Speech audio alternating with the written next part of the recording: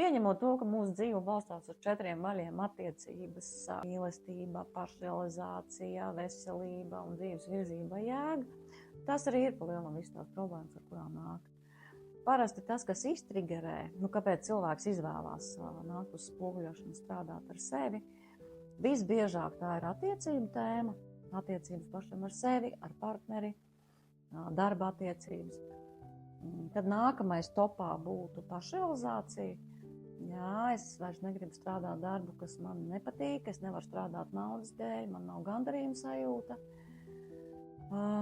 Trešais, jā, veselība. Veselība tas laikam ir tas viens no tiem punktiem, kurus nevar neievērot. Ja pirmie 2 ir palaisti garām, tad mēs nākam ar veselības tēmu, jau tas ir konkrēts fizisks skaitas. Un šajā gadījumā mēs nedodam medicīniskas padomas, bet tas ir vairāk strādājot ar psihi, kāpēc tās problēmas ir radušās.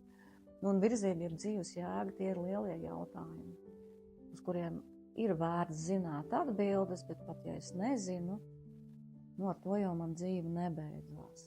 Tā kā prioritāšu topā apmēram šādi.